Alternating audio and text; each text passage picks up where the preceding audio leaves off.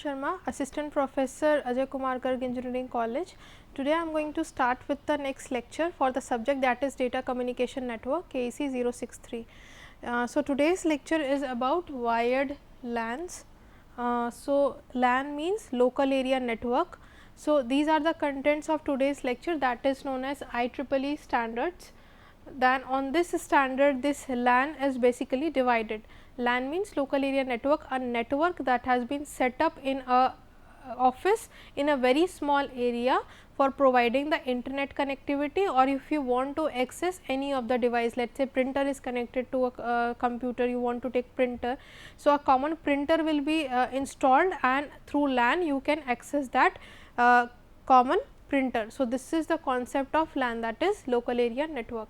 So, it is based on IEEE standards. There is a HDLC frame that will be discussed in this lecture, that is high level data link layer control. That is the frame that has been formed at the data link layer. Now, this data link layer is basically nothing, it is the part of the OSI model. OSI model, if you remember, it consists of 7 layers. First layer is the physical layer, then data link layer, network, transport, session, presentation and application. So, these are the 7 layers of a OSI model, and at the data link layer we are nothing, we are going to form a frame. How the frame will be formed? You have to add the header and you have to add the trailer bits before and after the data bits. Next is standard Ethernet. Ethernet is nothing, it is the part of this LAN. So, what is IEEE standards? IEEE standard is in the year 1985, the Computer Society of the IEEE started a project that is known as Project 802. So, basically how this is written, this is IEEE 802 is written 802.11 or different. Let me show you with X 802.x, which means it is dependent on application. What application you want to access? Let us say you want to access Bluetooth.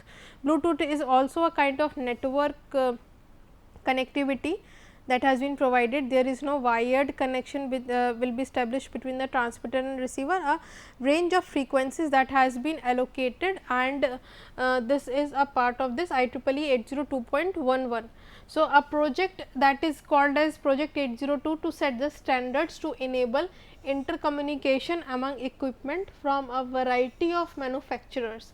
So, Project 802 is a way of specifying the functions of the physical layer and the data link layer of major LAN protocol. So, these are the different IEEE standards that has to be considered for the purpose of providing the LAN connectivity in a office or in a place.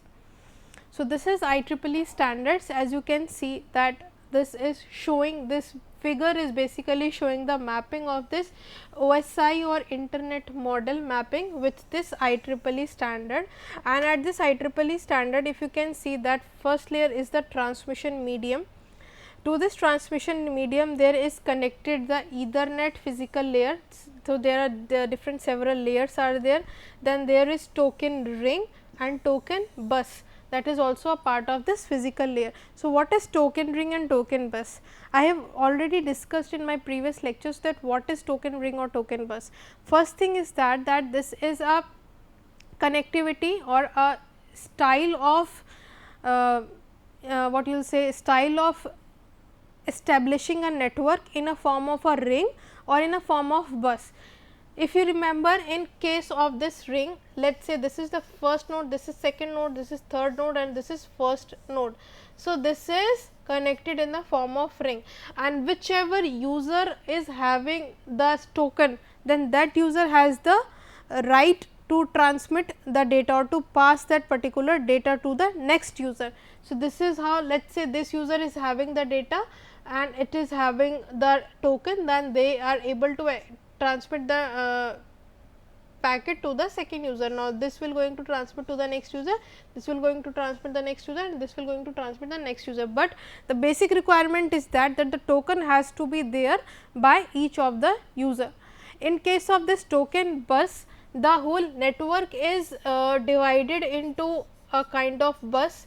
Let us say these are the nodes, these are connected to a common backbone. This is nothing, it is the backbone.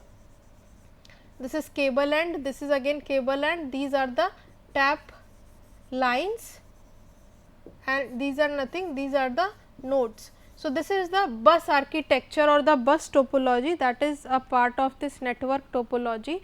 And in this case also, whichever node is having the token, then that particular node is allowed to transmit the data. Now, you can see in case of this OSI or the internet model, this is the transmission medium. Above this there is a physical layer, data link layer, and these are the upper layers. Now, the different controls that are used is known as LLC control and MAC control. LLC means logical link control and MAC means media access control. So, these are the different controls that are allocated to each of the users, so that they can transmit their data. Now, above this physical layer there are three different layers are there, that is related to this MAC, that is the media access control. First one is the Ethernet, second one is the token ring, third one is the token bus, and this is the logical link control, that is the layer. So, if you can see that the MAC layer and the LLC layer is, if you are going to map with this OSI model, so it will lie on this data link layer. In case of this upper layer means physical layer, data layer. What are the upper layers of a OSI model? That is the network layer, transport layer, session, presentation, and application. So, these are the different layers that are the part of upper layers, and this is known as the IEEE standard, and this is known as the ISO-OSI model or the internet model, that has been shown over here. This is IEEE standard. Now, next is the HDLC frame. Different types of HDLC frames are there, like this is the first frame, that is denoted by this HDLC frame. This is address control, this is control layer, this is upper layer data, this is FCS. FCS is nothing, this means this is frame check sequence. Frame check sequence means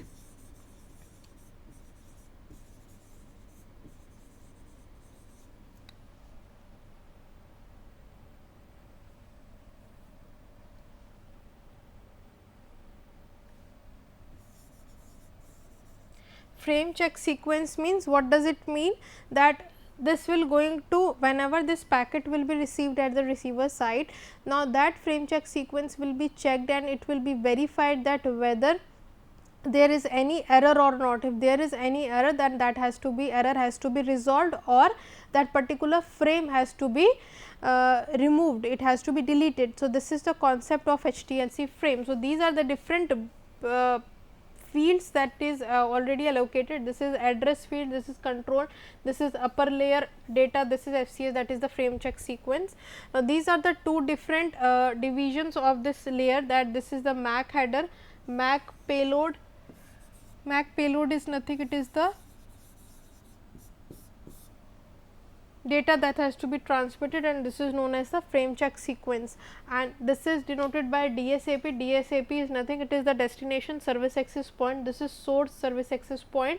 So, these two fields will basically going to have the data related to the destination, the data related to the source. So, this is source service access point and this is the destination service access point, and this is LLC PDO, that is the logical link control. PDO is there, this consists of a control data, this consists of the upper layer data. So, this is nothing, it will going to have the access of this HDLC frame. So, this HDLC frame will looks like somewhat this diagram. Now, next we will move to standard Ethernet. There are basically different types of Ethernet are there, depending on the range of data that it will going to have, that it will going to accommodate. it will going to allow for the purpose of transmission. So, the standard Ethernet, the original Ethernet was created in 1976 at the Xerox Palo Alto Research Center Park. Since then it has gone through 4 generations. So, there are different 4 generations of there. So, in the coming slides you are going to see that how this 4 generations are there. Basically, with the increasing generation, number of users are increasing. So, due to this number of users which are increasing, the requirement for the purpose of transmission, you can say, or the bandwidth required bandwidth requirement has increased. Let us say it is gigabit Ethernet is there. What do you mean by gigabit? Gigabit means number of bits that has been transmitted is increased. So, this is the concept of different generations that has been used for the Ethernet. So, this flow chart is basically showing the Ethernet evolution. This is standard Ethernet, which is going to allow maximum speed of 10 Mbps, that is 10 megabits per second. Next one is fast Ethernet, that is going to allow for 100 Mbps. Gigabit is 1 Gbps, that is 1 gigabit per second of the data can be transmitted, and this is the 10 Gbps. So, these are basically 4 generations of Ethernet, and with every Ethernet the requirement, because it is a kind of wired connection. So, different types of wires are required, so that they can going to allow for this much amount of data. Like for 10 Mbps, if you are going to compare with this 10 Gbps of data.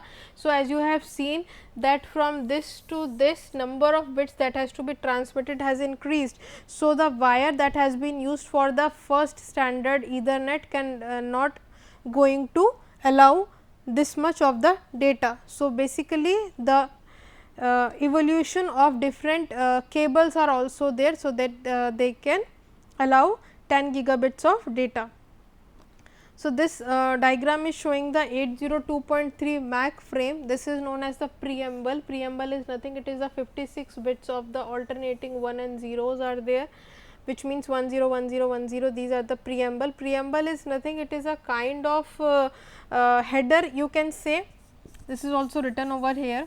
This is the physical layer, header is there, which will consist of the synchronization data, so that the receiver can see that yes, that particular data has been started, the new frame has started. So, this is denoted by preamble. Then start frame delimiter is there. So, a kind of delimiting procedure is generated. So, delimiter will basically going to set the limit that particular frame has started, which is of 1 byte of data, which means 8 bits of data is there for the start frame delimiter. Next is the destination address. Destination address, it is nothing, it is again 6 bytes of data is there. Then source address is there, which is nothing, it is again also 6 bytes of data is required. Then length or type of data is there, that which type of this particular frame is there.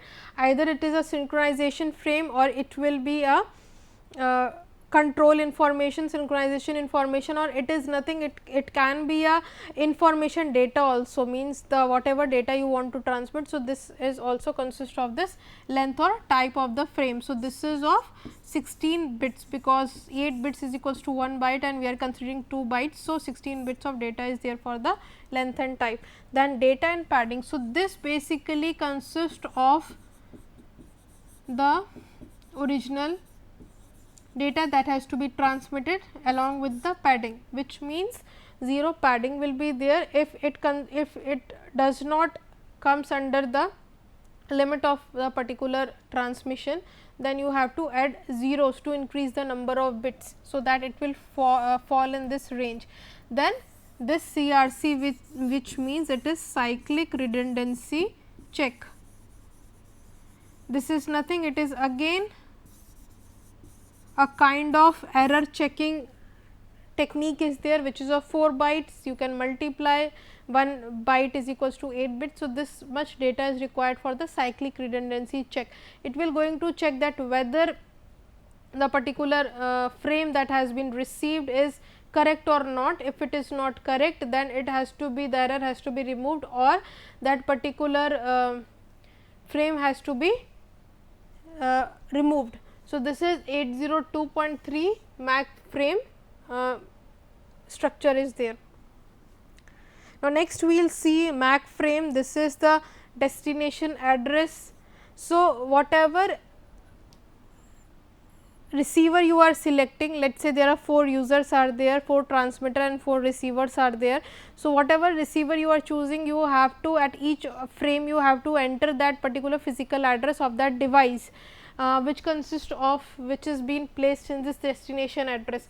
This is the source address from which particular user you are going to transmit the data.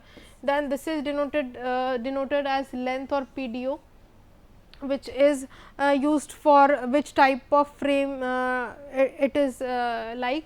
Then this is data and padding which is required.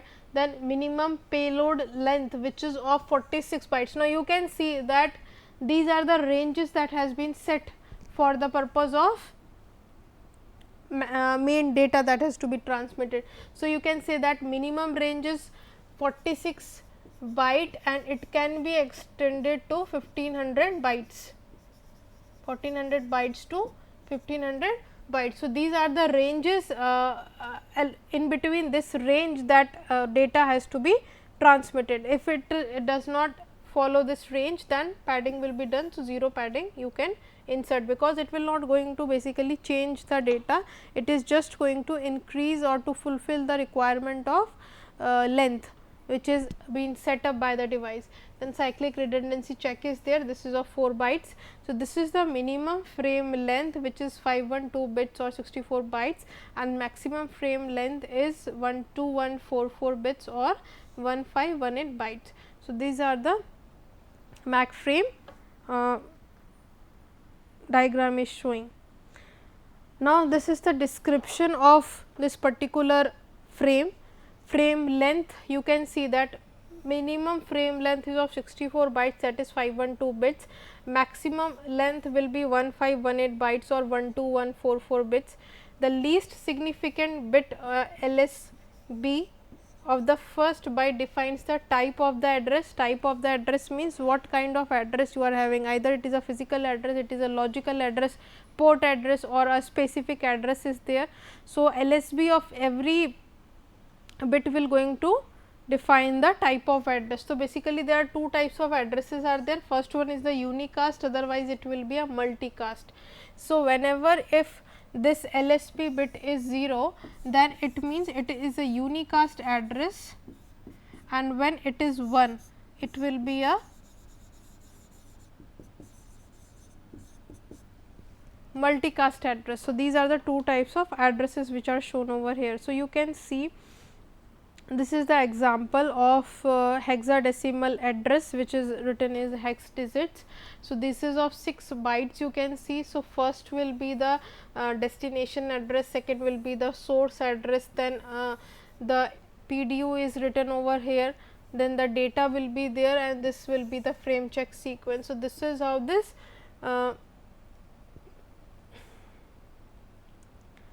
MAC frame will be formed. So, this is an example of MAC frame. Length of this MAC frame is denoted by 48 bits. So, this is the data that has to be transmitted.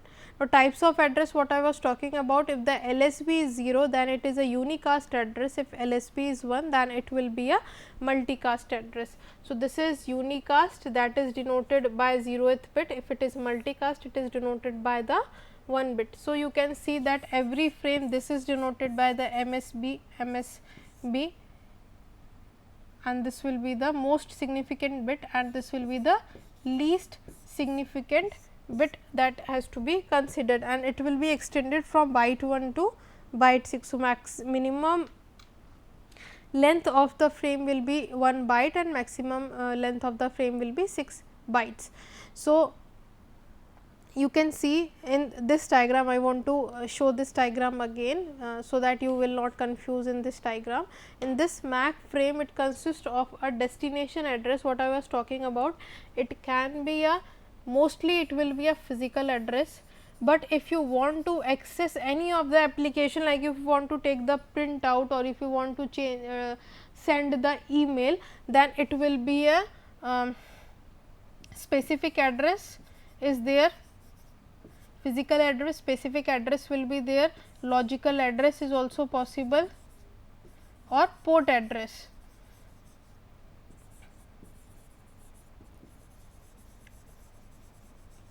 So, these are the different destination address which are possible, because every time it is not possible that you want to transmit the data. It is also possible that in a LAN a device is connected, you want to send a fax to the receiver, you want to access any of the other device, you want to access the scanner, then you have to transmit that particular application's address, that is specific address, or you want to access any other logical operation, then it consists it will be considered in logical address, or port address will be there. So, that is the case for destination address. Source address is nothing, it is the physical address only, which is device specific. If one computer wants to access any of the application, then it is nothing, it is the physical address.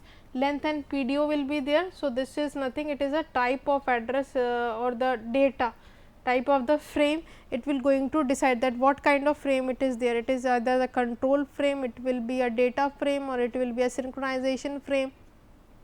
Any type of frame will be there. It consists of the data and padding information, then it consists of the CRC. So, one thing is there, in case of the cyclic redundancy check, there are different types of checking codes are there. In case of different checking codes, that will be considered for the purpose of transmission. If at the receiver side, that particular CRC code will be checked or it will be tested, so that you can find out that whether it has received correctly or not.